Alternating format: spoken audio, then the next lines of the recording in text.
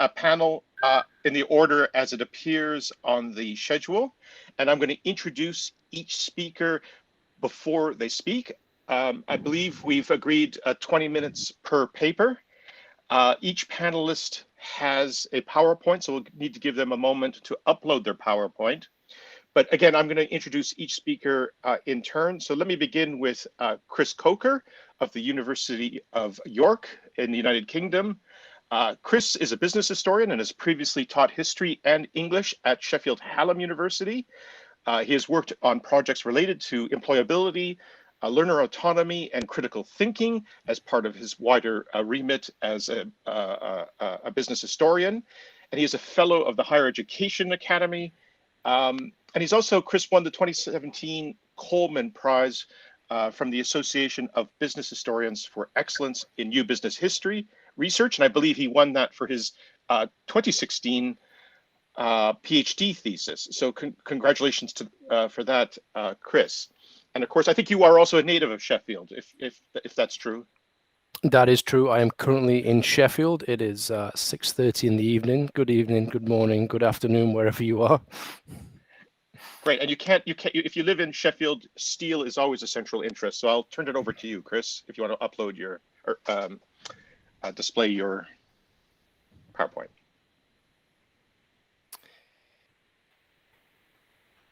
Yes, hopefully you can all see that and hear me okay. Do give me a verbal cue if you can. I can see it and I can hear you. Great.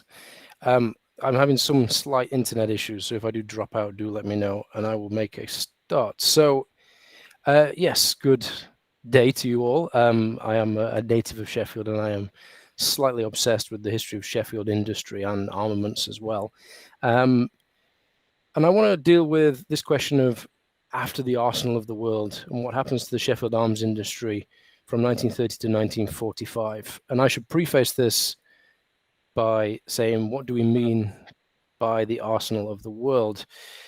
That came from these two publications which came out in Sheffield, produced by the local council in 1918. One of them is Sheffield, the world's arsenal, and Sheffield, the arsenal of the world. I once missaid this and somebody heard me wrong. I'll let you fill in what they thought I said.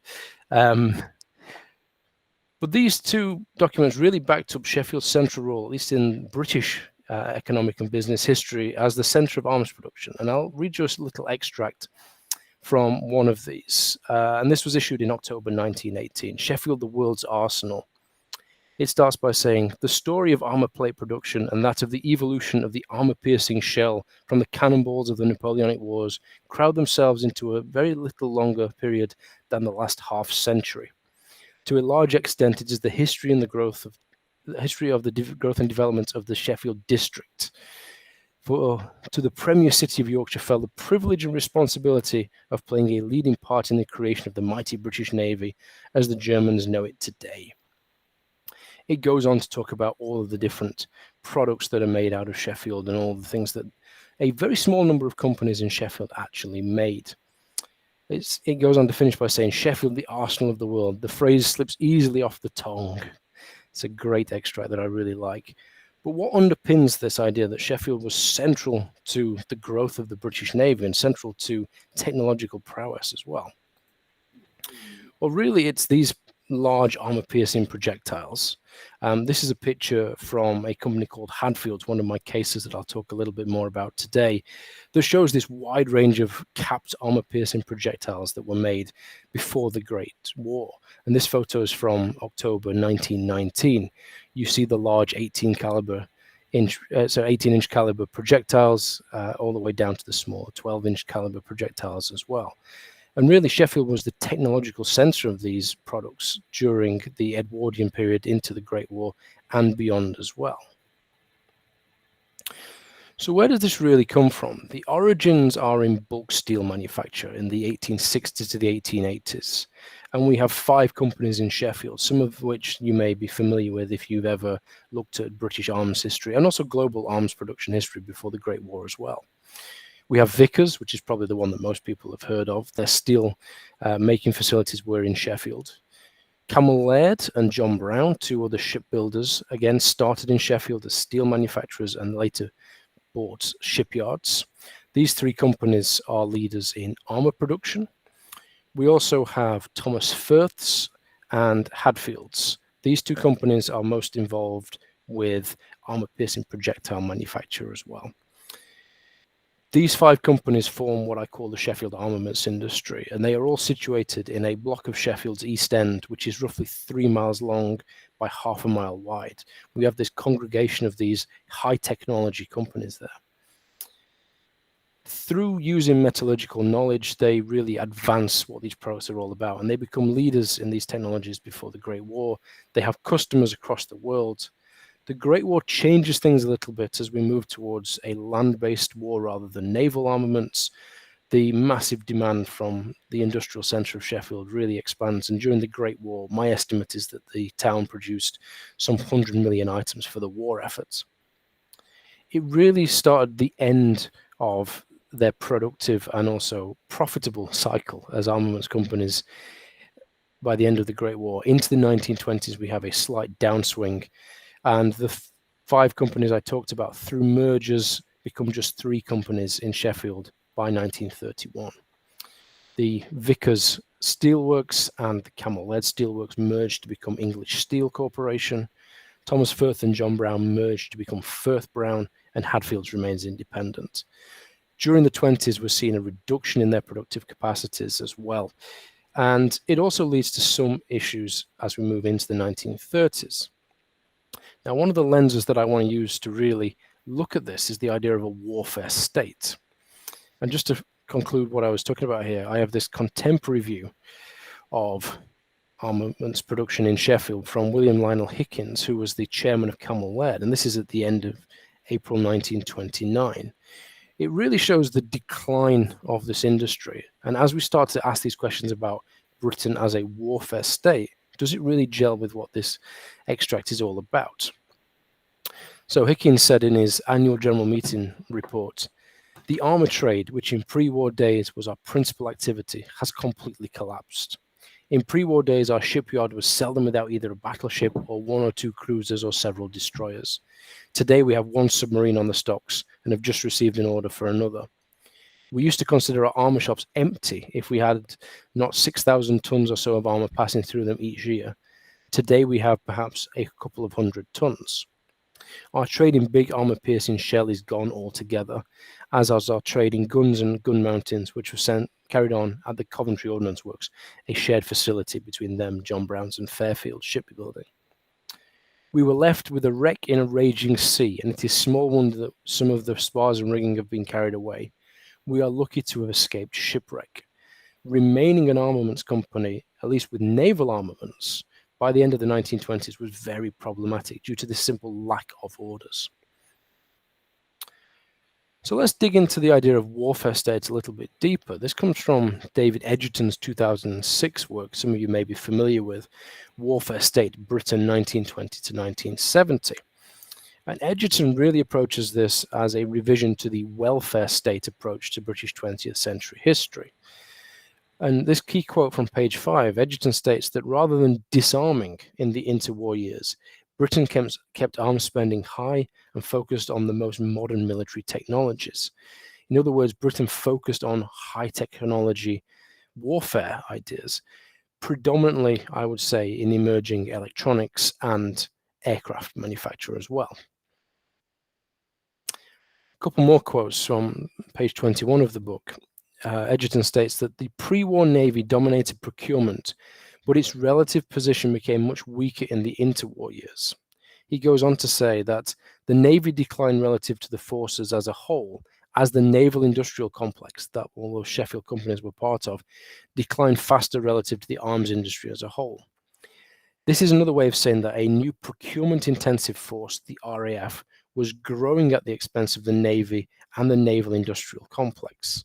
In other words, really, the RAF is where the warfare state is focused, but not naval armaments. This leads to some questions that I want to really start to dig into with some of the data I have from the 1920s and 30s.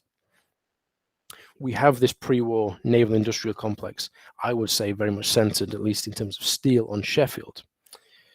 Does this notion of a warfare state grow out of this British naval industrial complex, or does it replace it? Is there actually a synergy with Egerton's idea of the warfare state going back to the 1880s and maybe even the 1860s? Or is it something completely brand new? Is naval technology a declining industry compared to these emerging aircraft industries? And later we can look into electronics and nuclear technologies as well. And how does spending on armaments in the 20s and 30s compare with prior to the Great War? And I've got some data to really dig into some of these ideas as well. What I think we need to really dig into with the notion of a warfare state is some sector studies. And it comes back to this key question I want to ask with what remains of this little paper. Does the notion of a warfare state vary depending on which technology or industry examined, and indeed the age of the technology? The idea of the castles of steel, the battleships, the dreadnoughts of the Great War is really disappearing in the 1920s, in part because of the Washington Naval Treaty, of course. And this development of aircraft technologies may fit this idea much better. One of the things I did note, and which is where I want to focus my attention and where a lot of my research has been, is on the production of projectiles and armor-piercing projectiles in particular. I would say that this discussion is completely missing from Egerton's work. He's more focused on capital shipbuilding because, of course, that is where a lot of capital-intensive spending goes. So if we look at our two projectile manufacturers in Sheffield, Hadfield and Firth Brown, where do they fit into this notion of a warfare state?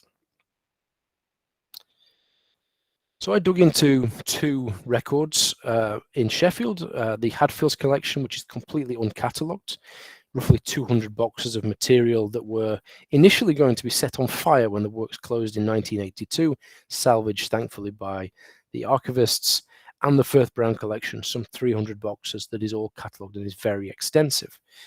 Lots of records here related to armaments production, lots of records in terms of order books. So there's a full run of order books for projectiles from Hadfields as well. And also some records from the National Archives here in the UK, the Royal Commission on Armaments in 1935 to 36, and the Director of Army Contract Reports through to 1938 as well. And these records really start to give us a picture of what is happening when it comes to armaments at this time. So I want to look at two phases here.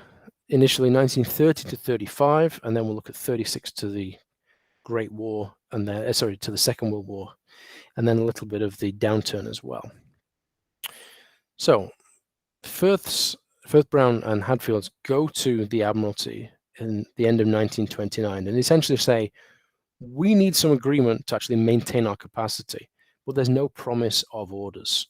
Before the Great War, Hadfields had an agreement that they would produce 50% of all the Navy requirements for armor-piercing shell. But again, there's no promise of orders. Before the Great War, these armaments companies very much underpinned their productive requirements by taking on overseas orders. The US Army and Navy, the Imperial Japanese Navy, the Italian Navy, all large customers for Sheffield armors before the Great War. By 1930, all of these international orders have completely disappeared. This lack of a promise of orders is problematic. They really want to start to push for some maintenance of plant and also some subsidies too, but they don't really get it. There are reduced orders, but there's some in the 1930s. And these two companies presenting their testimony really at the Royal Commission on Private Manufacture of Armaments state that from 30 to 34, Firth Brown have 8 to 13% of their turnover of armaments, Hadfield's 12 to 20%. In the Edwardian period, in the sort of 1900s and 10s, we're looking closer to 40 to 50% for both of these companies. Their prosperity is very much underpinned by armaments sales and production. We're seeing this decline in the early 1930s. And rather than saying we want subsidies or, our industry is starting to decline, the reports to the commission by both companies very much emphasized their technological achievements from 30 years before, and also the role of metallurgy. In Sheffield, it is very much a metallurgical-based district, and spillovers and spin-offs from armaments manufacturer give us contemporary stainless steel, at least in one version of that material's history. So they're very much talking about, this is the technology, this is what we were actually doing, rather than saying we need more orders. They very much saw themselves as proud armaments manufacturers, and a lot of the chairs and managing directors of these companies, when the Great War came along, were horrified that their weapons were being used offensively. They really saw what they did as a deterrent, a way to actually minimize wars by having lots and lots of dreadnoughts and battleships and armor plate and armor-piercing projectiles and all the rest of it. Very much the way we saw nuclear weapons in the 1980s and 70s. Here's an example of this sort of agreement between Hadfields and Firth Brown, initially Firths. This ran up to 1930. This was renewed all the way through to 1935. I'll give you a few extracts from this. It essentially says that each company, say Mr. Hadfield, Mrs. Firths, maintain capacity to produce these outputs weekly: 250 15 or 16-inch caliber shells for Hadfields, 150 of the same for Firths, and between the two of them, they will get Hadfields 5/8 of all of the Admiralty requirements for armor-piercing projectiles, Thomas Firth 3/8. So the entire industry has shrunk to these two companies based roughly 2 miles apart in Sheffield. But again, there's no promise of orders. It's renewed all the way through to the end of the 1930s. It's renewed in 1931, 33, and then 35 through to 37. This little extract I have on the screen here is from mid-1933. And they're feeding back to the Admiralty and saying, as I'll quote, "We called attention to the grave difficulty of meeting the obligations in respect to maintenance of plant and the nucleus of skilled experts demanded by the agreements upon such a relatively small volume of output, which, moreover, found practically no work for the most important sections of our plant, namely that devoted to large caliber armor-piercing projectiles." In other words, we're getting some orders, but it's not for the big stuff. It's not for the important stuff that we view as most skilled, most required of skilled labor.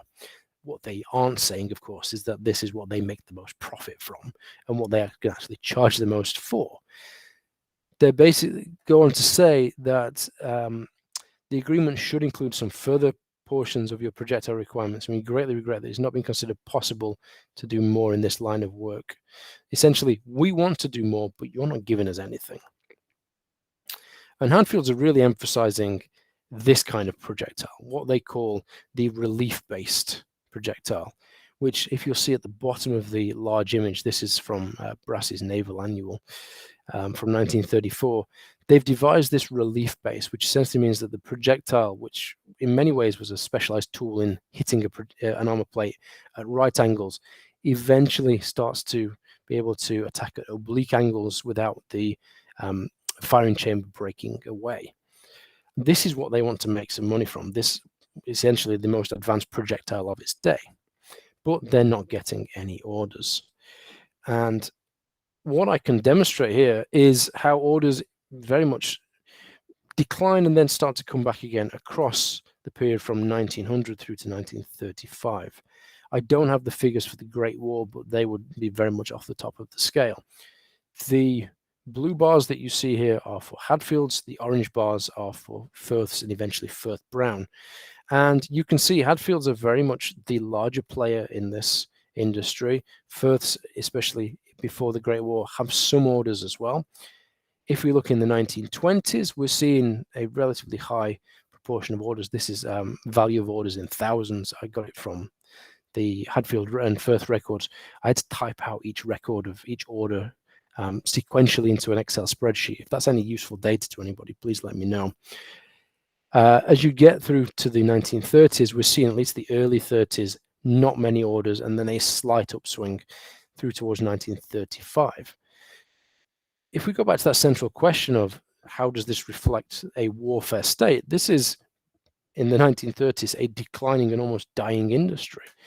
Does that fit with that notion of a warfare state? If we look at 36 through to 39, we still have that proportion of orders, Hadfields with 5/8, Firths with 3/8.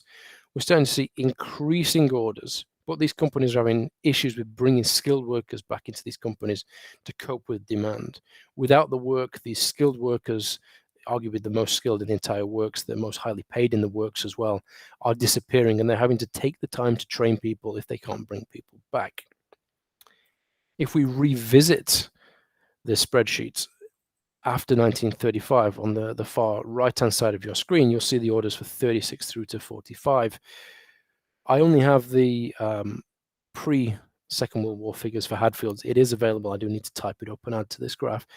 But you see the orders very much increasing in the wake of the aggression from Germany and the need to rearm in the late 1930s. And you see a rise and then a decline, at least for the Firth Brown orders, into the end of 1945. What I want to finish on is what happens at the end of the Second World War. And there's this little memo from Firth Brown sent to John Brown's at Clydebank. John Brown's is still the parent company. And at the end of November 1945, Firth Brown say that it was resolved that the company's target should be to get out of armaments manufacture, shell and armor plate, but to take steps with every care to avoid precipitancy and publicity, meanwhile given all priority to making plans for alternative use of the shops affected. In other words, by the end of the Second World War, Firth Brown are completely out of armaments. That is midway through Egerton's idea of a warfare state. And in many ways, projectiles don't really fit that idea of advanced spending. I can see I'm timing myself here. I have 30 seconds left. Let me just finish with some conclusions. I'm still thinking through the big ideas here. Does naval technology fit with that notion of a warfare state? Is this a sector which the warfare state passes by? Is this the last days of the naval industrial complex? And actually the warfare state replaces that? Or is it really something else altogether? I don't really have solid conclusions right now, but that at least gives you a flavor of this piece of research as I hit exactly 20 minutes there. Thank you, everybody, for listening. I'm going to stop sharing my screen now. Thank you very much. Thank you, Chris. Thank you, everybody. Thank you, Chris. So if you turn your mic off and we'll switch to Chris number 2. Chris Madsen, you're there, are you? Yeah, gotcha. See you. Let me just introduce Chris. He's going to be giving us a paper entitled Business Unusual, Shifting Integration from British to American Predominance in Canadian Munitions Production in the 1930s and 40s. And let me just, by way of a few words of introduction, Chris is, of course, coming from us from the Canadian Forces College. He joined the academic staff there in 1999, and he's had a steady series of promotions ever since. So he's obviously having a stellar career. And he's performed various duties for the Canadian Forces Staff College, including co-chairman of the Maritime Studies, member of the directing staff on the Command and Staff course, deputy director of graduate studies, and other appointments. He's written, has published books and academic articles in the fields of naval, military, legal, business, and labor history. And he's, of course, a member of the Canadian Nautical Research Society. He's currently working on a research project in the field of naval procurement and shipbuilding, wartime industrial relations, operational logistics in the Royal Navy, High Command in the British India and Southeast, in British India and Southeast Asia, as well as Canadian participation in the South African War. So Chris has a very busy research plate, and of course he's also the holder of a Social Science and Humanities Research Council of Canada research grant to write a book looking at wartime shipbuilding along the Pacific coast of North America from 1937 to 1946. So Chris, if welcome, and we're looking forward to your paper. Please share your screen. Okay, can you see my presentation? We can see it. Great. So, you know, as Joe mentioned, you know, this is a panel on new research in the defense industrial complex and the defense industries. But as Joe has pointed out, I know my other two panelists have worked in this area for a long time, and I've worked on it for at least 25 years now. But I think what it really represents is sort of new approaches to naval history. We used to call it the new naval history, but once you're 3 decades in, is it any longer the new naval history? John Samita, who's in the audience, can tell you that looking at the political, financial, and economic dimensions of the naval history is definitely a new approach that has been with us for a few decades now. There's a tendency when looking at defense industries to either look at a particular sector. You might look at a particular armaments type, like shipboard guns or a particular type of ship. You have various books that look at leading industrialists that make all sorts of claims, like Henry Kaiser, that built the merchant ships on the Pacific coast, or Andrew Higgins, who built the landing craft down in Louisiana, that these men won the war. And you even have some books that claim that certain cities like Portland, there's a recent book that came out from Firth Publishing. It might be co-published with the Naval Institute Press now too, but claiming that essentially Portland had won the Second World War. So, you have all sorts of different types of books that come out, and research that is being done, making all sorts of claims. What I've done in my approach over the last few decades is to look at the partnership between government procurement officials, private industry and private business, and organized labor. And in my mind, it's really this very effective partnership that was a characteristic of the wartime effort in North America that allowed the Allies to defeat the Axis powers, both Japan, Italy, and Nazi Germany. And what I'm going to present today is really a synthesis. There's all sorts of different ways that you can approach it. As I said, you can look at it sector-wise. You can look at it from particular individual companies. Shipyards tend to go bankrupt. And so normally private companies don't share their records. They keep a very tight hold on the records. They either destroy the records after they're required for tax purposes, or they just don't want to share them because their lawyers tell them that they shouldn't be shared with the general public. But occasionally these shipyards and then these armaments firms go into receivership or bankrupt, and these records are scooped up and put into public repositories where they can be accessed, as the other Chris was mentioning. What I'm going to provide today is really a synthesis of the national effort in Canada towards Canadian munitions production.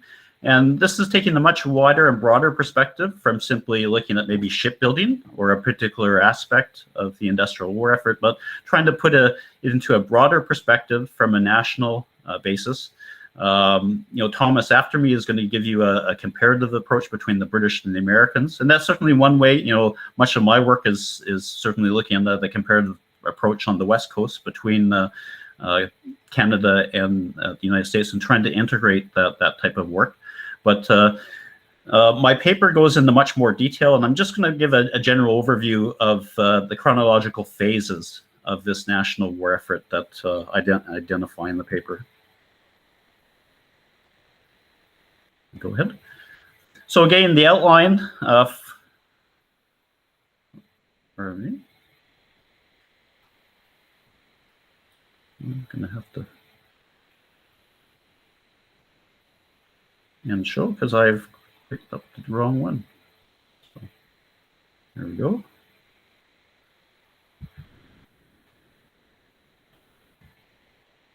Let's restart again.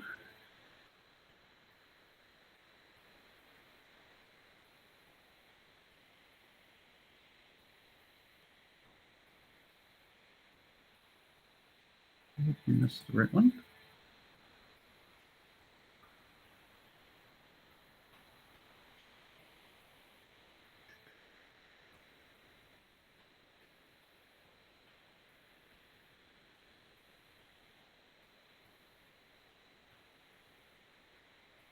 There we go. Sorry about this. I clicked on the wrong one. Okay, so as I said, I'm looking at the sort of the chronological phases of the armament that Canada went through. It really started in the 1930s with domestic rearmament. Canada had to be... Sorry, you can't see your slides? Oh, sorry, pardon me.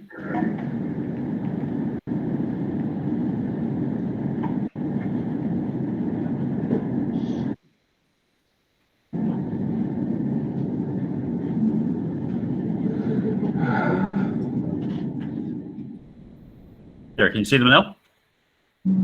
Yeah, they're coming up. Excellent. So again, you're looking at it chronologically. Started in the 1930s with domestic rearmament. Canada had been a major contributor of munitions in the First World War, primarily on the behalf of the British, the Imperial Munitions Board, particularly in the production of shells. And it wasn't, it sort of drifted through the 1920s and the early 1930s. And the main impetus for domestic rearmament was relief works and jobs, just like in the United States with Roosevelt and his New Deal. And the government, the Canadian government poured, which was the Canadian government under Prime Minister Mackenzie King, it was actually a pacifist government, and it poured a lot of money into the defense, largely to create jobs in different regions of the country. And it meant that the rising naval power of Japan and the aggression of Germany, that Canada, which was very reluctant to do any sort of defense spending, actually spent a lot of money in defense. Ian Mackenzie, who was the Minister of National Defense, representing the Vancouver riding, and he oversaw essentially a survey by the Department of National Defense to really look at which companies might be available to provide armaments manufacture, and also manufacture predominantly British design armaments under license in Canada.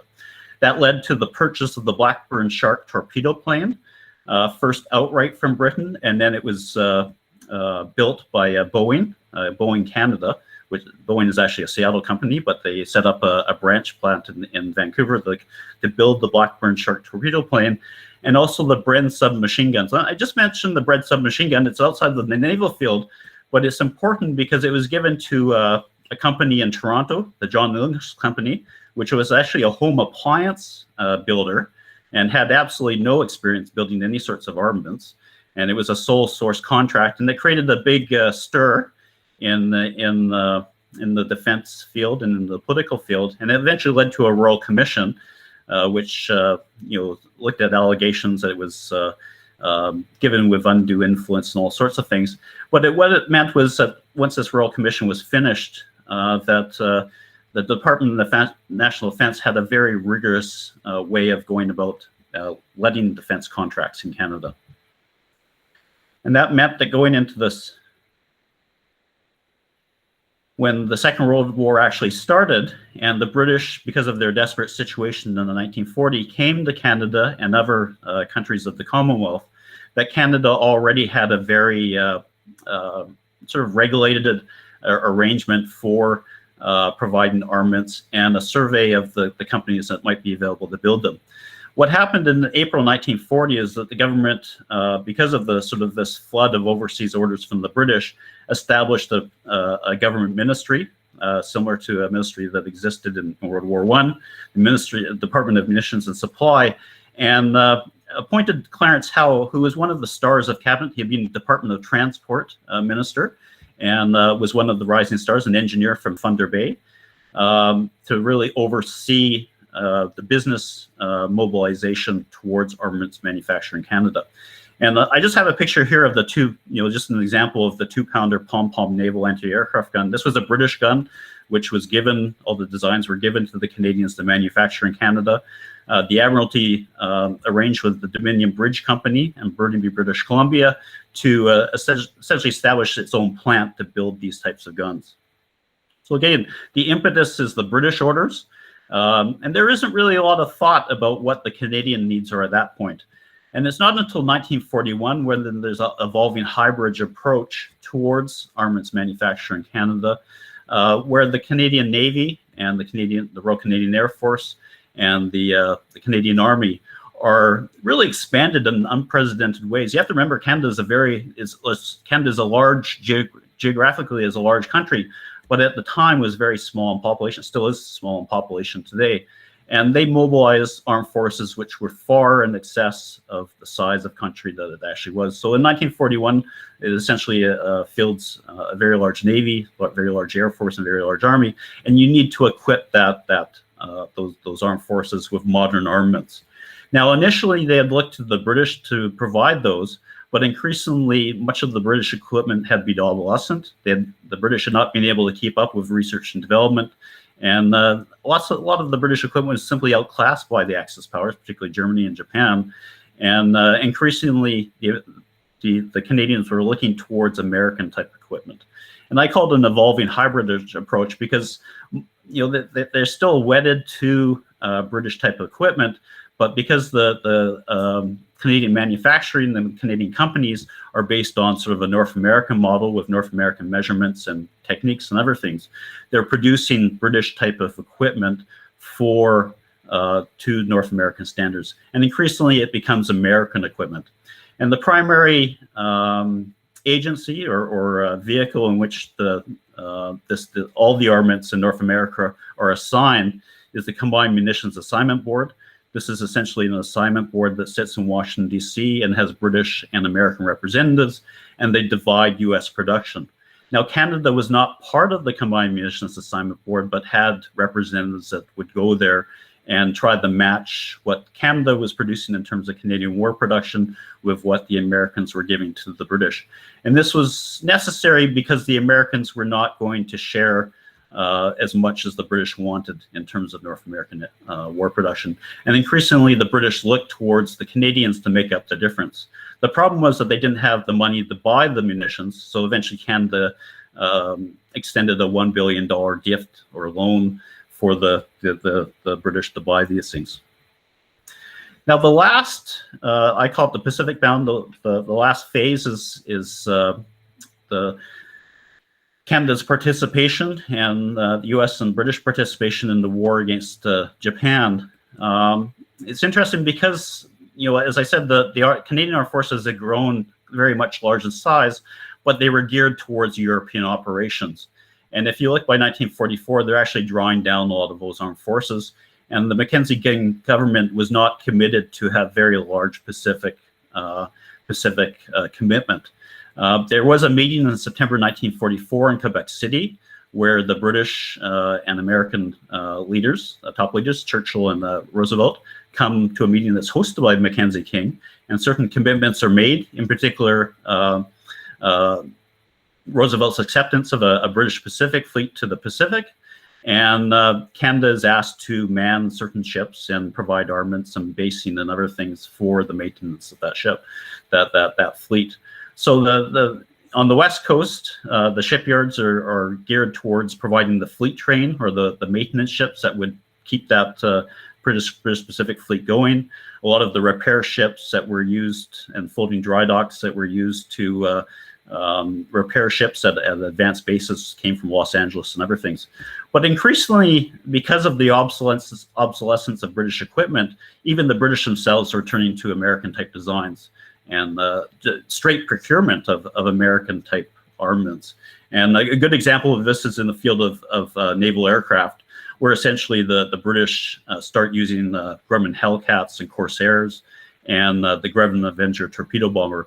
And many of those American designs and American type of equipment are, again, manufactured in Canadian factories under license from the Americans. Now, just to conclude, as I said, it's a massive industrial effort behind the war at sea, North American wide. And it's really remarkable. As I said, Canada is a very small country, but it is a very rich country. And essentially, it will throw money at a problem and commit in an emergency. But the think of a lasting military industrial complex is really doesn't make a lot of sense in Canada's case. This is essentially an emergency situation where a lot of money and effort is thrown towards a problem for a very short period of time. It was really only a 2-year period with some lingering years on either end that Canada really fully mobilized in the armaments field. But Canada did achieve, just like the United States and North America, volume production in a wartime industry. And Canadian industry was very amenable to that in the sense that they had imposed rations and limited civilian consumption.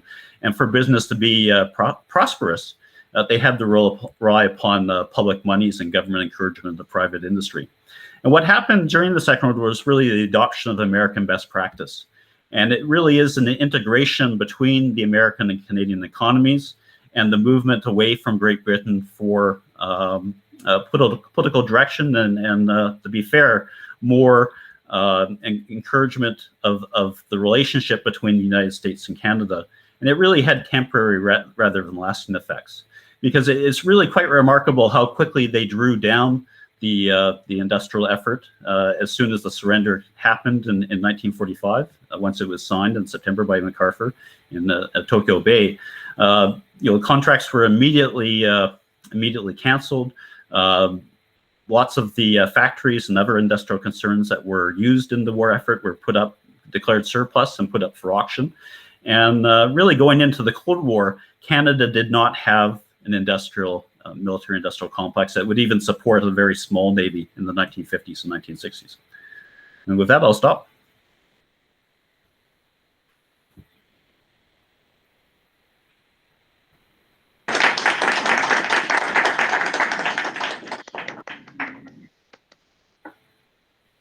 Thank you, Chris. Okay, now we'll turn to our third paper. Thomas, are you there?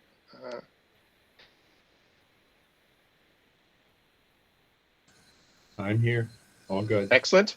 You're all good. Okay. Yep. Okay, let me introduce Thomas Heinrich from it's Baruch College of the city. That's right, yeah. Baruch College of the City University of New York, where I think he's department chair, which is lucky you at a time of COVID. I stepped away from all of my big administrative duties just as the pandemic hit, so I was quite lucky in that respect. But you obviously won the lottery.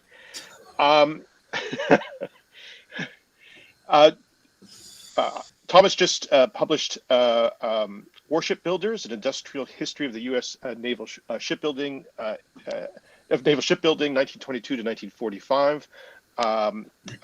He published that in 2020, and I had a great pleasure of reading an advanced copy and endorsing it profusely, and I will again. It's a superb book and much needed addition to our understanding of interwar naval history. And he's also concluded, I think this is a co-authored book, A Concise American History, with is it Oxford or Bergen or is it OUP? It's Rutledge, actually. Mm-hmm. Rutledge. Okay, yeah. And of course, your teaching and research interests lie in the field of industrial history, history of technology, World War II, naval history, and the Cold War. So welcome, Thomas, and prepare your slides, please. All right, thank you. Let me just see how I'm going to do this. So, can I share this? Is this good? Can you see it? Huh? Yeah, it's coming up. Okay, perfect. All right. It's gray right now on my end. Is that all right? Yeah, you won't be able to. You won't be able to see the audience.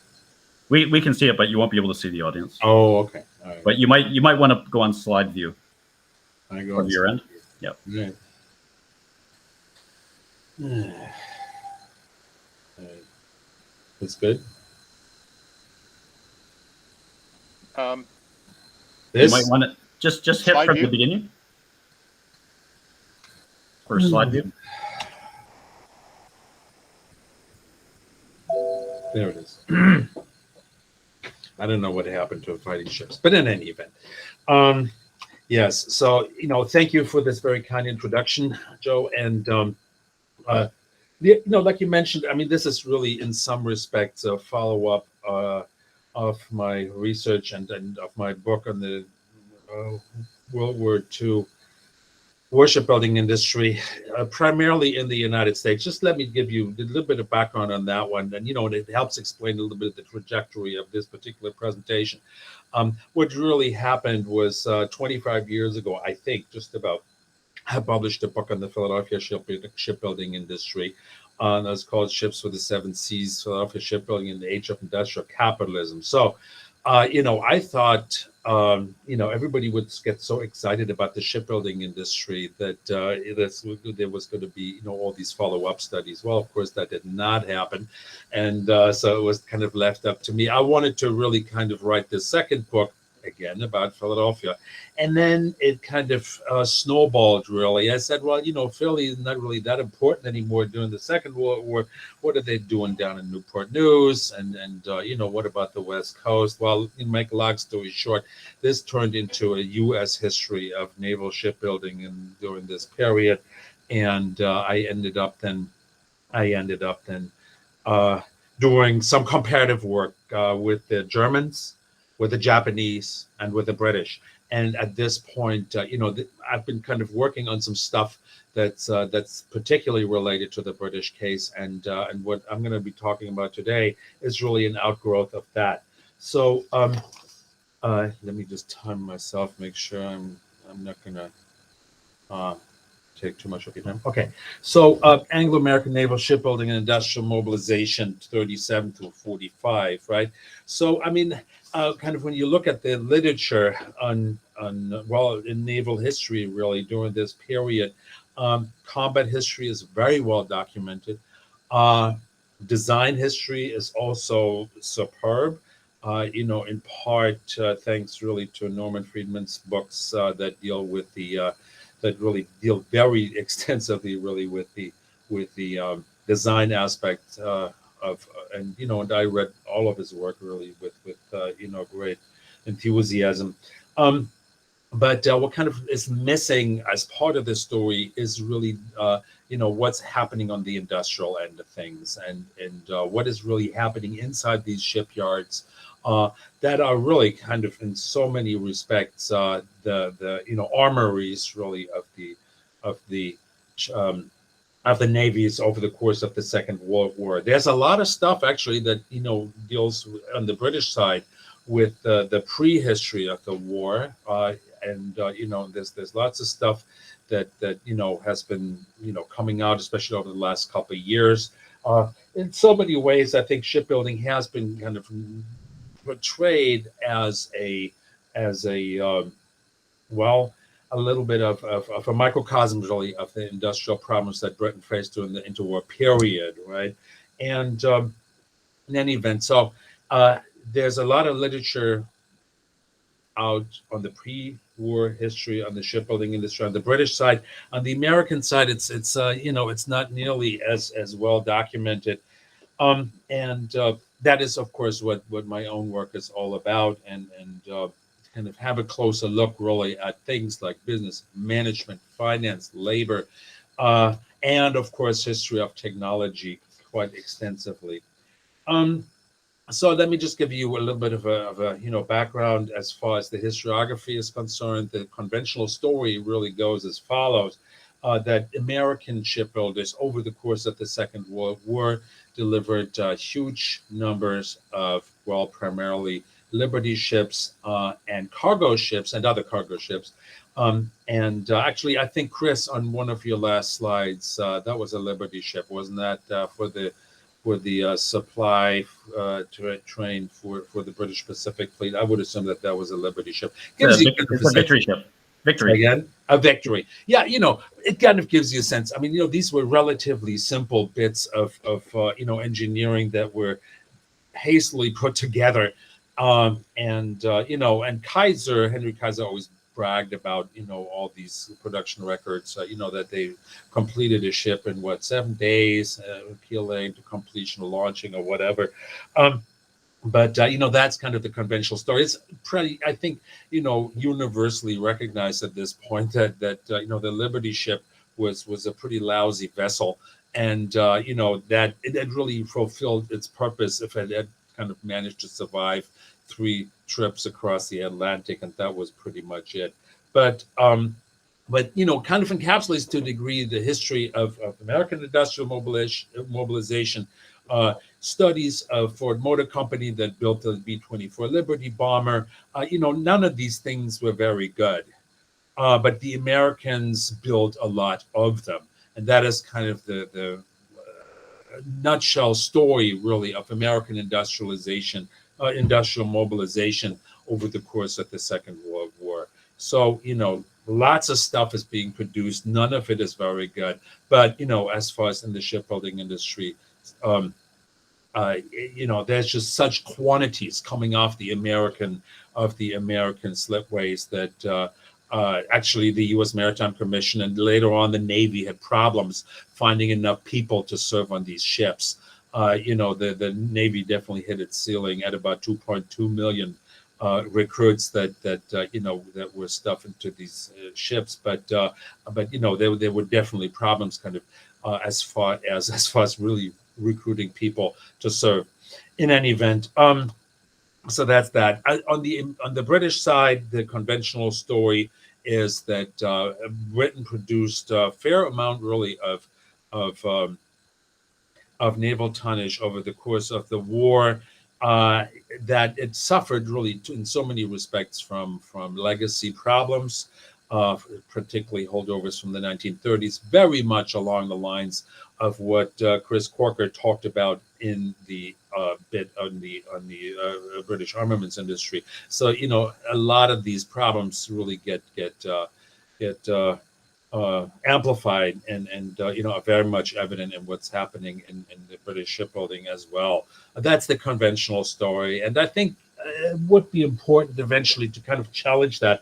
But first of all, I do want to quote Corneli Barnett's verdict of the war that that the war really revealed the sheer backwardness of industrial practice in Britain.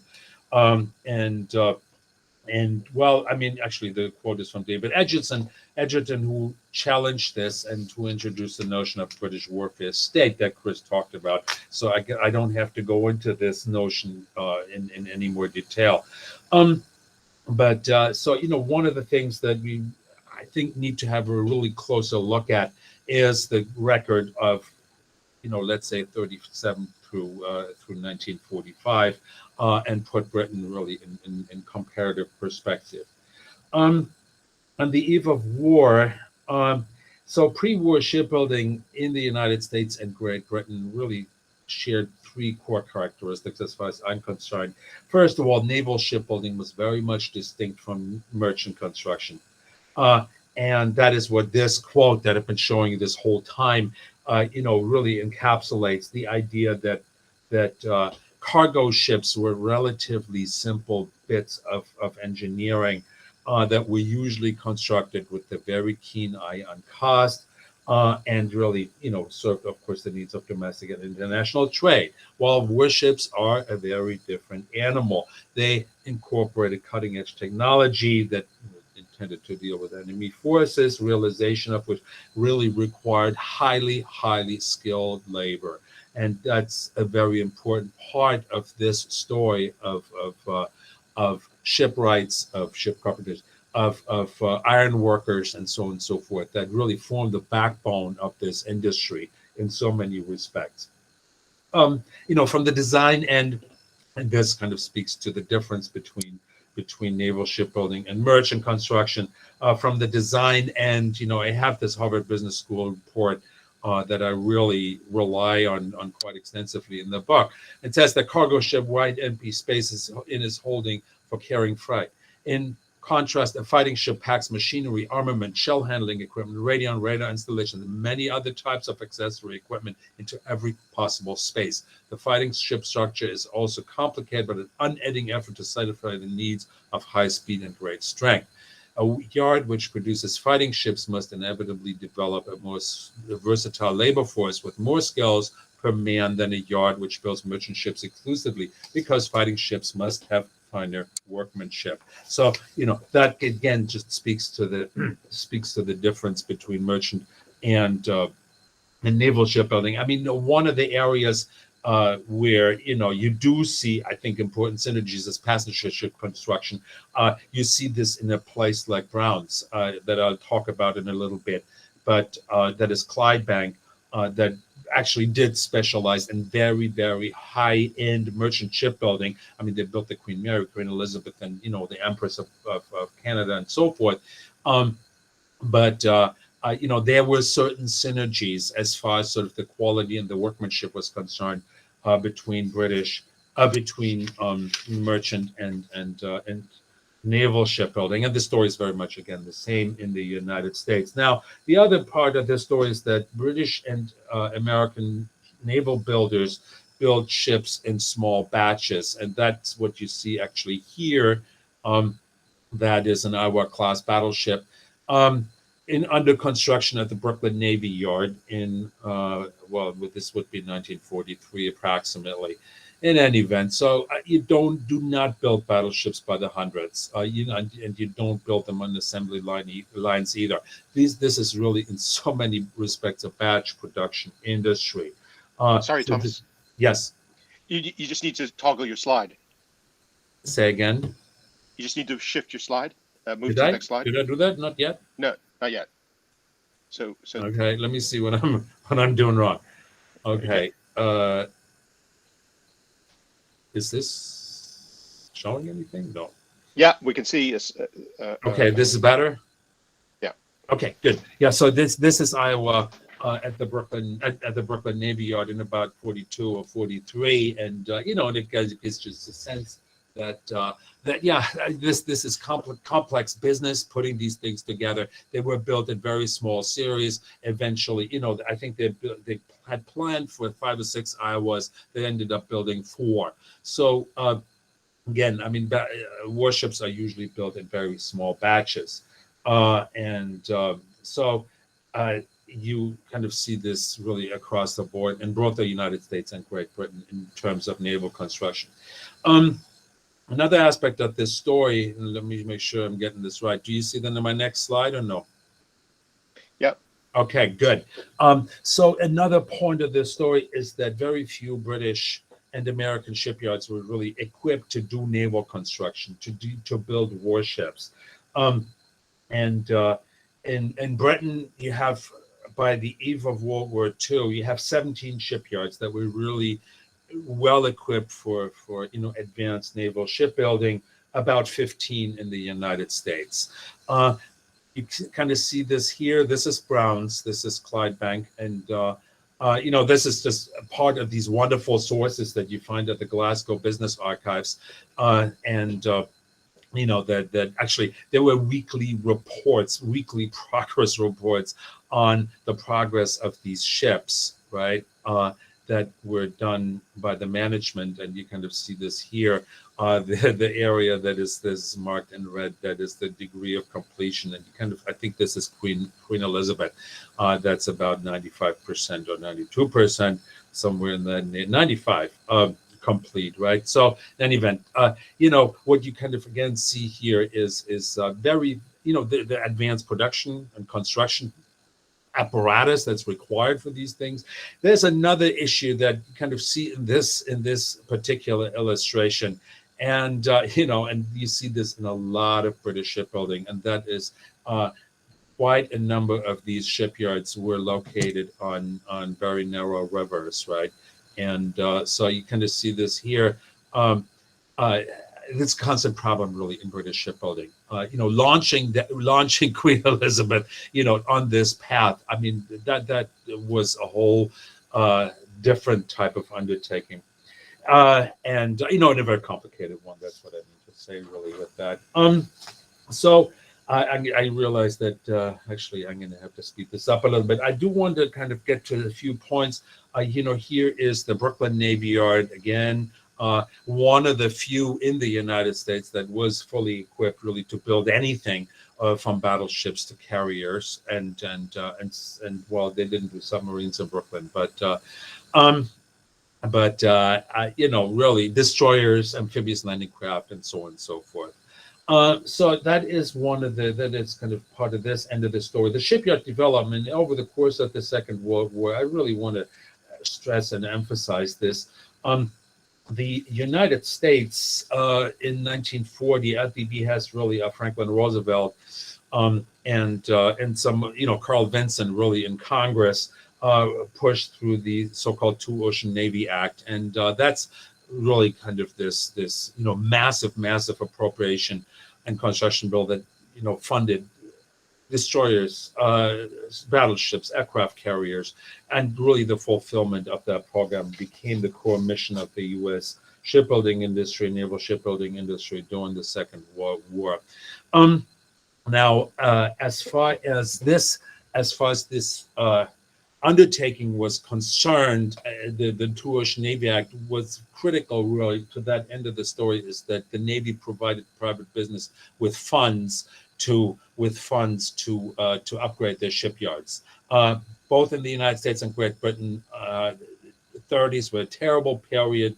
Do you see the next slide here with Navy investments, private shipyards? Is that We do. Okay, perfect. So that is, one of the important parts of this story, that really the U.S. government and the U.S. Navy really poured massive amounts of money into private shipbuilding. The big three, that is Newport News, Bethlehem, and New York Ship, the big three each got at least $20 million. And that kind of presents, they build new slipways, then they build new, they procure new machine tools, all of these things. And it is really just a massive, investment program that a lot of these shipyards benefited from tremendously, because, they had a lot of catching up to do.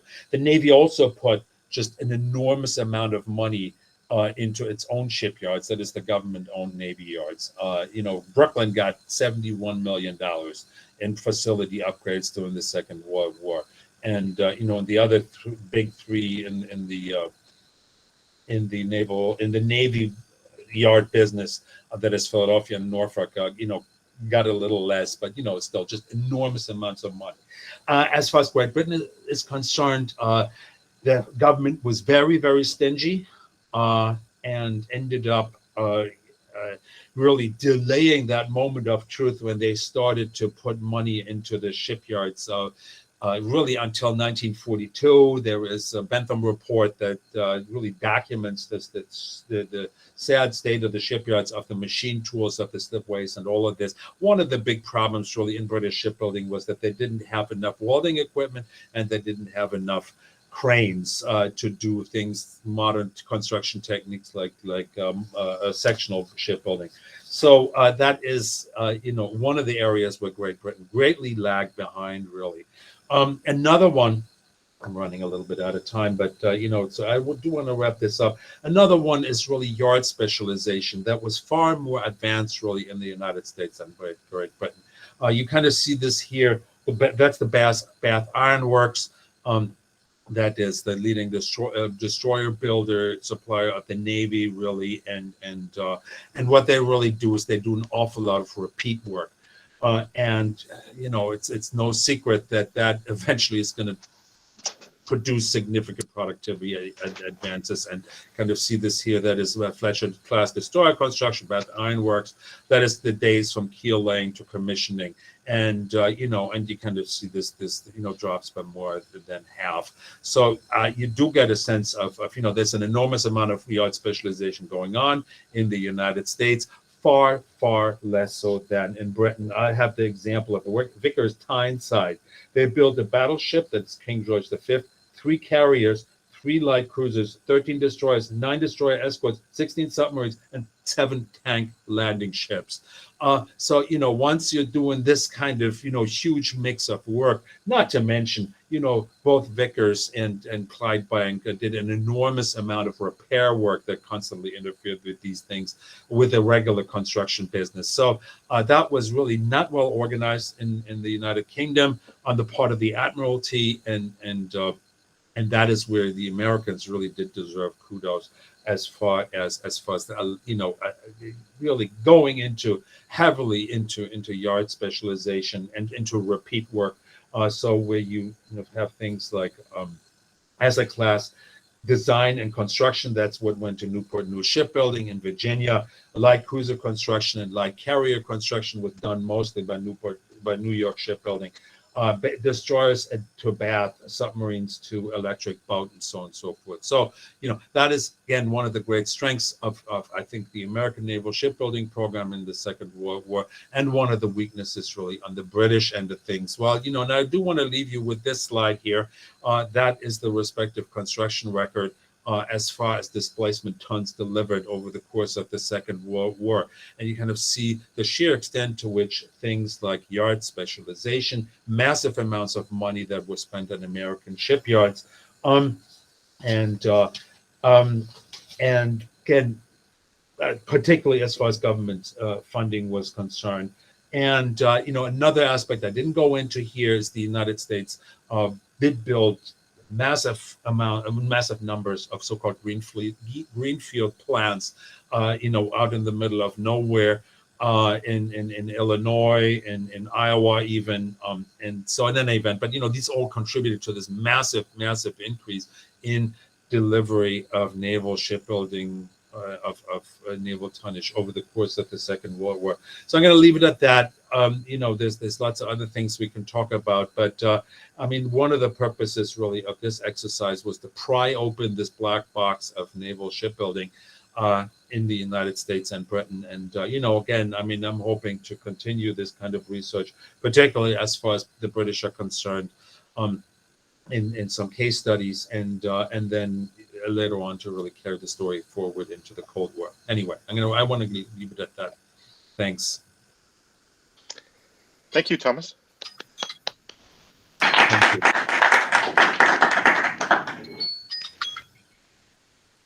Okay, thank you. So what we'll do now is I just have some general comments, and then I have some specific comments and questions for each of the three panelists. I think we have until 10 after the hour, so I'll try and be quick, and I'll ask the panelists to sort of respond fairly quickly, because I imagine we have questions from people who are dialing in. Indeed, the questions box has popped up, so you can insert your questions. And I believe there are people in the room who may also have questions. So let me get to it. Sorry, can everybody hear me, by the way? First of all, let me thank the speakers for three fascinating papers, which are timely. They remind us of the complexities of industrial age warfare, and particularly naval warfare in the 20th century.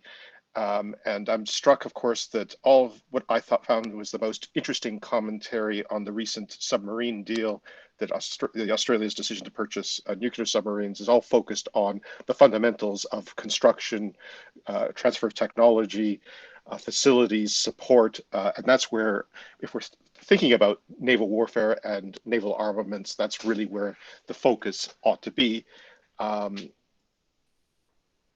And of course, Chris Coker reminds us of the relationship between the fundamentals of raw materials and raw material production, and into an item as essential, of course, in the age of the big gun as the projectile. And Dr. Manson has given us a powerful reminder of that small powers, small military powers, are in a sense are reliant, are in the orbit of larger ones, but can carve out in their own space, particularly, and he paints, I think, a glowing picture of Canadian production in the Second World War, and of course, the other thing he reminds us, of course, is that war itself alters the relationship between big business and big industry, or sorry, big government and big industry, or big business, and that war is fundamentally, and particularly in the era of the two world wars and the Cold War, a relationship between big government and big business. And I think in the background, in my mind, particularly when I was reading Thomas's paper, but all three papers together, it was what I think is becoming a shift in our understanding of armaments production, industrial management in the era of the two world wars in, let's call it the Atlantic region, is that we need to begin to study it as a unit, and particularly thinking about the Western alliances in both the First and the Second World War, and thinking of them as a continuity. If you add aircraft production to this story, then there's kind of a missing dimension here, and there are very good reasons why, none the least of which is where this panel is hosted, but there are very good reasons why we're focusing on naval armaments. If we think about adding the air dimension in aircraft production, and David Edgerton and I supervised a PhD that was just finished last year about comparing aircraft production, and particularly aero engine production in the United States and Great Britain in the Second World War. You see that this really is, we tend to study history in national boxes, but industry tends to be transnational. And a lot of the investments made in both aircraft and indeed eventually, I think, in naval sphere. And Chris and Thomas, and both Chris's and Thomas may confirm or dispute this, were seen when money was crossing the frontier, it was seen as an investment in the national production still. Let me, just looking at the time, let me move on quickly to the questions. I have quite a number of questions. I found Chris's paper, Chris Coker's paper, fascinating. And of course, you were grappling with this sort of conceptual categorization that we will have to have David Edgerton join this panel at some point, and you can all take him to task. He's kind of created these categories. And if you ever want to see steam coming out of his ears, just mention Corley Barnett. But in a sense, his book is really a pushback against that kind of declinist 1980s. It was all a disaster. It's all terrible. But I wonder, I wonder if you're pushing back a little too far, Chris. Is it? I was sitting back. I read your slides. I listened to your presentation, and I rather thought, this is really a glass half full story. I mean, the firms survived. They produced. Okay, they wrapped up at the end of the Second World War, but well, it was the era of the big gun was coming to an end, and all that sort of thing. Anyway, I wonder if your material actually fits a much more positive story of the Admiralty feeding basically enough subsidy, enough orders to keep these firms going. They're unhappy because they're not profitable, but they still exist. And of course, the big kind of missing part of your story is that, well, the world's greatest economic calamity, at least since the 1890s, is underway. And it's, the government manages it at a time, it has to be said, when at least up until the early 1930s, that there was a resistance in Whitehall in London to trying to manage industry. So I'll let you respond to those in a moment. Chris, there were so many things about your paper I'd really like to bring up. And of course, this is also for both Chris's, really. I wonder if also part of the background story is the question of machine tools. And Chris Coker, I was going to ask you about what's the relatively more important technology? Is it the machine tools, or is it actually the metallurgy, or maybe it's both? I don't know. But Chris, you raise this really intriguing issue of British designs but North American plant.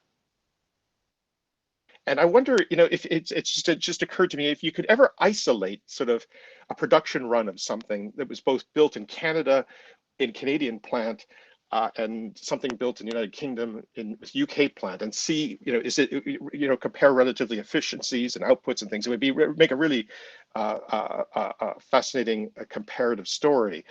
But and again, I guess in a sense is your story the story that my student who studied aero engine productions told in the end, which is one of the big difference, of course, between the two industries is space. So you could build a green space factory and build it as big as you like, and you don't need to blast walls, and you don't need to distribute production just in case of bombing. And also the difference between British and American machine tools, which by the end of the war, the difference is enormous. Interesting. I mean, another interesting comparative possibility with what the work you're doing, Chris, is that I just had a master's student who's stuck in Australia, couldn't come to do his master's with us face to face, but he decided, and for his dissertation, he decided to study the question of the the indigenous tank built in Australia in the Second World War. You're smiling, so maybe you already know this story, but I didn't know about it. But of course, it becomes hugely controversial. There's a massive investment. You can imagine that Australia gets the idea that they're going to build fleets of tanks to, swarm around the continent just in case of a Japanese invasion. They end up building 5 tanks, despite the tremendous amount of money spent. And of course, those 5 tanks get to feature in 1945 in a film about Tobruk, and they are actually Axis tanks. So that's their fate in the story. But what's interesting is the student raises the question of basically the failure in every category of Australian production. So maybe there's a hidden story here, a comparative story between Canadian success and Australian failure, and why not tell that story if there's one to be told. Thomas, I think I want to just also kind of on behalf of my colleague David Edgerton push back a bit on your push against his the war for state notion. And of course, one of the key things I think key points he makes in his book and in the later 2 volumes about Britain in the Second World War is this question of management. In a sense, the state is very good at managing the defense industries, and while they're different service arms, they are also very good. And the Admiralty, despite some of the historiography, is actually really very good at managing both production and technology. And of course, I've argued that really, the story that you're telling of sort of an American success and sort of a stumbling British ultimate decline is really one of timing of the war itself. So I think the Admiralty were well aware that if war came at a certain point, it would mean, just like in the previous war, the U.S. Navy and American naval construction would accelerate way ahead, and Britain would lag behind and never be able to catch up. And therefore, you needed a long period of recovery, which again connects to Chris's original story about shell production, that you needed a period of recovery for both the industry, the fundamentals to recover, but also for the fleet to be renewed. And of course, that doesn't happen. There's another events intervene, and events in all 3 of these cases intervene. So I'm gonna stop there. So we can have time for questions from the audience, the live audience, and the virtual audience. But I'll just give each panelist just a very quick comeback, and then if we can carry on the conversation from there. So we'll start with Chris Coker. Thank you, Joe, for your comments there. And I would say generally I agree with you. I am grappling with understanding of the bigger picture, and I'm not wedded with any of my conclusions. I'm just trying to shed light on or perhaps underrepresented case when it comes to this big idea of the warfare state. Of course, I'm buried in the business records. I am taking very much a business point of view because my interest is from business, its relation with the state, but it's also relation with technology that you highlighted as well. And as you say, if you take the bigger picture of depression, governments, international treaties, and so forth, yeah, you do get a more complex picture. And I think that's perhaps where the 3 papers start to overlap and interact, is that we're looking at similar stuff, but we're taking it from different angles and also different perspectives. Are we looking at the sort of big view or the small view? You asked a question about metallurgy versus machine tools. It's kind of both, but it's the works laboratories and the analysis needed to make sure that it is 2% nickel and 2% chromium in your armor-piercing projectile that is important. So it is more the understanding of analysis and casting. Sheffield, of course, is well known for its casting and able to make these projectiles. In terms of machine tools, you need a lathe, and after the Great War, you could have a lathe for 20p. They are absolutely everywhere in Sheffield at the time. But just a comment to your comments to Thomas about management in the Second World War. That, of course, to me, stems from David Lloyd George, the Ministry of Munitions. That idea of learning how you manage and bringing in those men of push and go from industry to create that dialogue between the 2. I don't really have any conclusions to that. I agree with you. I think there's some way to develop this. But like you said, I think the bigger picture is missing from my narrative, and I will think about that for the future. So thank you very much. Thank you, Chris. Chris Madsen. Yeah, I think what the paper has really highlighted, it's difficult to make a defense industry from scratch, and it's even harder to maintain it, particularly in periods of peace. You do have these world wars that come along, or a Cold War that comes along occasionally, and provides constant business for businesses or private firms that might be in the defense industry. But it's really hard in most decades to maintain these types of things. I'm aware of it. There are many in the room who are at the early points of their professional careers in the U.S. Navy, and you have to understand that the first battle is financing. It's not the ships itself; it's financing to get the money to invest and to convince the polity in your national capitals that the Navy is a worthwhile investment. And often the polity doesn't think about ships; it thinks about jobs. We're going through a fleet renewal at the moment for the Royal Canadian Navy, and it's all about regional employment and domestic jobs. It's not about the ships. In fact, if the government just could keep the shipyards going without ever actually producing an actual ship, it would be perfect for them, because it's maintaining the regional employment. So you just have to keep in perspective. If as I said, and as Thomas pointed out, if you throw enough money at a problem, it will usually solve something, but it may not be high quality. Actually, I'm just going to quickly, I forgot one more question for you, Chris. Was that decision after the war deliberate to sort of let the industry atrophy? In other words, or was it just sort of a product of demobilization in general? Or did somebody sit down in Ottawa and say, actually, we don't need this anymore? Exactly. Canada was a non-military people. It was the promise of the United Nations, and peace had come. And it's not until 1948 and even to the Korean War where Canada actually had to start making investments in its military again, and send fairly large standing forces over to Western Europe and other things. And that's the other point that I tried to make in the paper. It's investing in armies and air forces is much easier because you don't have the long lead time. You can make tanks and you can make aircraft fairly quickly. It's personnel intensive, but the long lead times of shipbuilding, even in 1939, many of those ships that Thomas talked about that were laid down, some in 1937, 1938, they still weren't built by 1945, 1946. And once they built them, they were scrapped because they were no longer needed.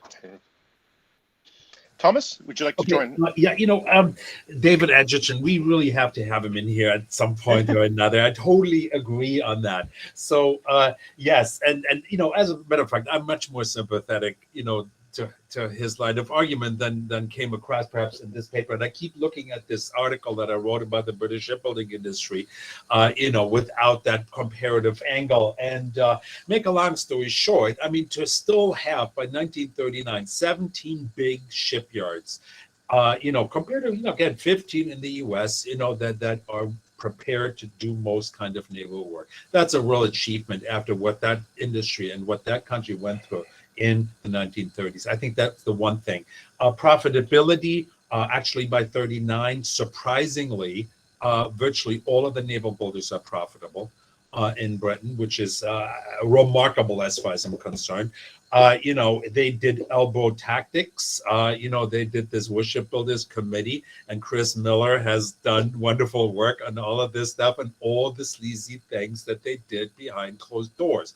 But if that's what was needed, they did it, right? And so, I mean, I think this industry, in Britain, it is much in significantly better shape than certainly Corelli would have it. I think this whole declinist narrative, it really has to be revisited. I think the real culprit comes post World War II, but I think that's a separate conversation. But thank you for the comment. I think it was very good, helpful. And machine tools? Did you want to? Oh, machine tools, yes. Well, I mean, I think in the shipbuilding industry, one of the areas that we have to pay, I think, a lot of attention to is really electric arc welding. And there's automated techniques that get introduced during the war. Naval shipbuilders don't really know how to do this stuff, how to do it well. They don't even know how to do manual welding really well. They struggle with all kinds of things, that's kind of unpredictable in this new technology. They struggle with the worker training. They just started with the accuracy. And, it's one of the reasons why it's not a bad idea to stick with riveting for quite a while, actually. And the British and that department really, well, they had advantages, but, they should have done more probably pneumatic riveting than just by the hand, which is what, for the most part, what they did do. Yeah, that's my point on machine tools. Thank you.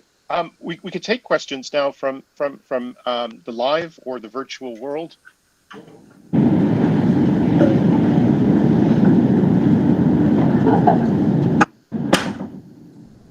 I don't know if you can hear me. We can. Oh, great. James Leedy. Hi, Joe. Hey, how are you? Got a question.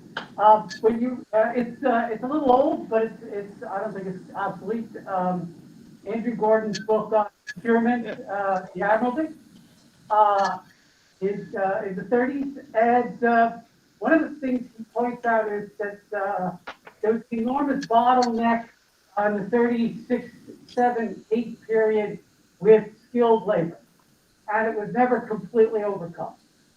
And I was curious, I've never gotten a sense of how the Americans, who were building even fewer ships than the British, seemed to solve that problem, or did they just muscle through it with machinery? Whereas the British were stuck on that problem, and it was a problem, especially for battleships and aircraft carriers, right into the middle of the war. Does anybody have any insights on that?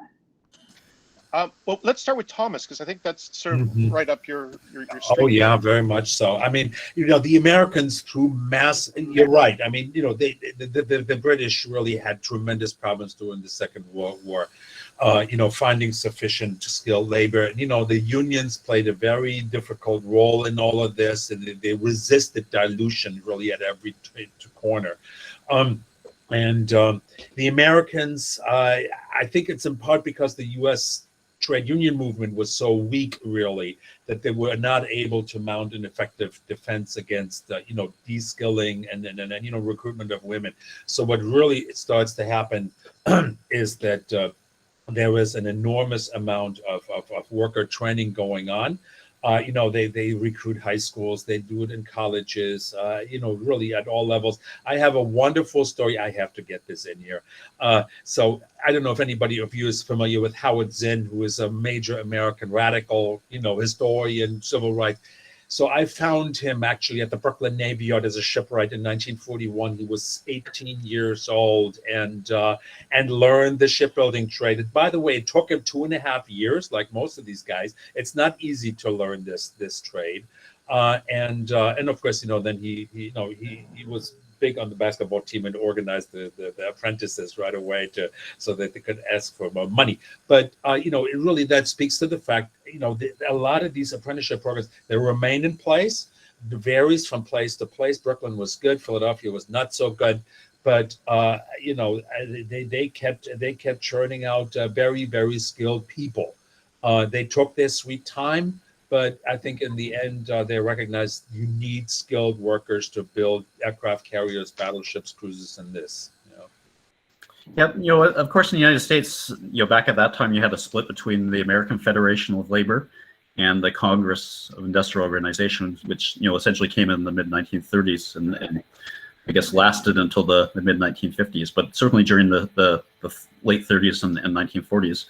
And essentially what the government did is it just bought off the unions, that they, in return for high wages, closed shops, they gave a lot of power and authority to the AFL and the CIO over who they would recruit into the membership and what status they would be. Often the new workers, like the women, would be put in an auxiliary status rather than full status, which meant that they could be fired at the end of the war or fired whenever the business started to lessen. And the traditional skill trades, like the machine trade, the metal trades, were reserved for older members, And the newer trades like spray painting and welding, that really, because it was really dangerous and dirty work, none of the older workers wanted to do. The new auxiliary recruits were put into those types of trades, and they were the first ones who were let go when the business dropped off. In the case of the United Kingdom, of course, you have a much more rigid labor structure that has a political voice within the British government at that time, and growing so over the course of the war. And again, as I said, a lot of it is about employment. A lot of the 1930s, the reason some of those firms get the ship orders that they do is because their labor members and the trade unions are arguing for them within certain cities. And of course, a limited supply. I mean, that ran, to its limit fairly quickly, I think. But Chris Coker, did you want to also add, or should we just move on to the next question? I have nothing to add. That hasn't already been said, so let's move on. Again, any questions? I'm looking at the panel on my screen for questions. There are none that are appearing there. So, but if there are any from the audience. Question here. So Nicholas Prime, hi Joe. So a question for the panel, and I'll bring it to the contemporary, but I'd like to ask what the historical record reflects. We're seeing a lot of technological transfer plus industrial development, and the obvious here is the Australian submarine, but a less obvious one would be America buying a Italian frigate design, but building it domestically. When I watch the timeline trajectories of how quickly or how long it'll take for these things to happen, they always feel somewhat optimistic. And so based on the historical record here, I'm curious if any member of the panel, if there's a consensus in this or if people disagree, what is the biggest or the most likely points of failure or points of challenge? Is it the skill? Is it the technological adaptation? Is it the technological transfer? Or is it simply industrial base and production capacity? Well, we started with Thomas last time. Let's reverse it and begin with Chris Coker. Do you want to respond to Nick's? Hello, Nick. By the way, a PhD student, a former PhD student of mine. So, what are the pinch points in terms of technology and technology transfer? The historical record always seems to point towards the need for training. If you are buying the rights to a thing, you need to be able to include in the package the training, and the successes of I would say technological transfer, at least from what I look at in terms of armor plate and armor piercing projectiles, it is in that support package. Points of failure, I guess, is when you are cut loose, your training is over and you encounter a problem that wasn't part of the training package. I have examples of Japanese students in 1912 in Sheffield learning how to make armor-piercing projectiles, and American students as well. I always go back to a debate I have with a fellow business historian about patent records, and that the patent tells you what but not why. It tells you what to do but not why you do it. And I guess it's the training that encourages the understanding of why, especially in metallurgy. Why is it 2%, not 3%? Why is it, treated for 2 hours, not 1 hour? I feel like I'm skirting around the question. I'm going to pass on to another panel member. Okay, Chris. Yeah, of course, if we're talking about the current agreement between the Australians and the US and the UK, it's a much different environment because the defense industry is very internationally focused now. United States is the largest arms manufacturer in the world. I know that you left billions of dollars of equipment in Afghanistan, but that doesn't really matter because it's all about future orders. It's not past orders. The major problem facing the United States is the period of peace. You don't have any conflicts. What are you going to build all this equipment for? So again, the major transfer of technology in this case is nuclear technology for the new submarines. And this question whether if Canadians buy on to some sort of agreement where they get nuclear submarines too, I don't really see that happening because the first time you mention nuclear, the Canadian government, they get really shy. And I think that they're going to be thrown out of office. And then, I'm quite surprised the Australians actually went with nuclear. But again, you have arms manufacturers in the world like the United States. France, again, has a different model, a very strong tradition of naval arsenals and state-supported procurement rather than private industry. There's a partnership going on right now between the two, but a very strong tradition of state procurement. Okay, Yes, Thomas, just to Go ahead, please. Okay, well, I keep looking at this article that I'm putting together, on the Brits, and and I do want to make that connection to the Edgerton, right? But it turns out that by the World War II period, by 1939, the British were back in the arms exporting business as far as the shipbuilding industry is concerned.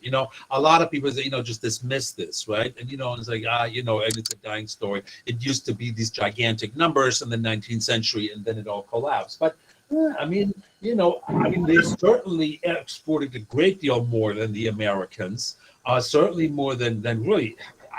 I'm not familiar with the French case, but certainly they exported a lot more naval tonnage to places like, what do I have here? Argentina, Poland, Portugal, Brazil. So, and these are, substantial orders, cruisers, destroyers, submarines. So, again, I think that speaks to the fact. That there's quite a and of course, these people, these countries, they order things from the Brits because they like Canada in the Cold War, or at least in the 50s, didn't feel like building up their own stuff, right? And financing their own military industrial complex. So I think. That's certainly part of that story, and you see this actually. I'm doing some statistics, for the Cold War period, and and it's surprising the number of imported, really smaller naval vessel that the Americans imported. That's quite significant. Or the British side, when you look at what is it? I can't remember. Is it Poseidon or the Trident, right? A lot of this technology. The boats get built in Britain, yes, but a lot of this is American technology, and I think, by the way, that speaks to really your earlier point, Joe, that we need to pay more attention to a systems, and to cross-border approach than I think we have. And especially, technology transfer, I think, is absolutely key to this. There was a very good panel. There was a very good panel. I'm just going to interrupt. We have one last question from virtual question, I think. Did the British government put money into the US Navy, or just concentrate on taxing them on excess profits? I think that's one for you, Thomas, and I didn't quite hear Did the British government put money into the U.S. Navy? Yes, British shipyards. Well, at the beginning they did, because they invested in the shipyards that before Lend-Lease. Correct. That were taken over Yes. through Lend-Lease. Yep. That's correct. Yes, but that was all in merchant shipbuilding, not as far as naval was concerned. The British at one point wanted to buy destroyer escorts in the United States, and Roosevelt had already approved it. But that was all nixed. This is a really bad story as far as American destroyer escorts were concerned. The British wanted to buy them. That's not my question. I see. The British government put money into British shipyards, please. As far as shipyards are concerned, there's no British direct. Well, they owned a shipyard in Richmond. One of the early Kaiser ones was sold to Kaiser from the British. Right. Yeah. That's there's that type, but they were essentially on a cash and carry system, right. And the Americans before Lend-Lease, they wouldn't extend any sort of credit to the British. And it wasn't until the British went through a cash crunch that they had to rethink the arrangement. One of the stories that I just popped in my head. No, I'm asking whether the British government put money into shipyards. No, they did not. Not in naval shipyards. In Not merchant shipyards. any shipyard. In The answer merchant is yes. shipyards, yes, they did. But Bath, Maine, they did. Thank you. Thank you. I think we're if Chris, you can have a last word, Chris. Yeah. So Joe, I just wanted to follow up on that other question with the technology. Just think of how different the world would have been if the UK if Great Britain had been knocked out of the war in 1940, like France. because France was the 4th or 5th largest navy at the time, with a very advanced industrial, very advanced naval industrial complex, and was knocked out. It was forced to recover for almost 15 years afterwards. And there was a very good panel that we had before lunch on building in the Cold War Navy, talking about the Dutch Navy and the UAE Navy, and sort of the British assistance to the UAE Navy.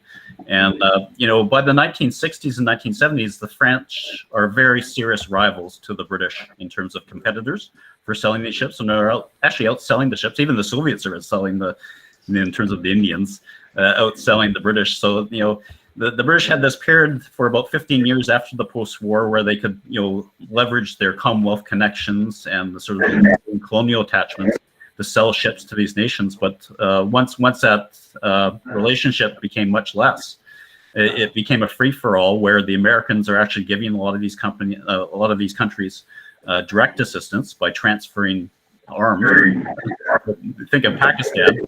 Pakistan's taking arms from both the Chinese and the Americans, and then the British are effectively being shut out by competitors like the French. But again, it all goes back to 1940. The Great Britain is on the right side of history in 1940, and it could have been a very different situation because they could have been in the same situation as the French were in 1940 for the next 15 years. And on that note, I think we'll wrap it up. I'd like to thank the three panelists for both fantastic papers and a fascinating discussion. I'd like to thank everyone in the audience, and particularly those of you who've asked questions. It's a really fascinating discussion. So just perhaps one last round of both virtual and real applause, and we'll say good night.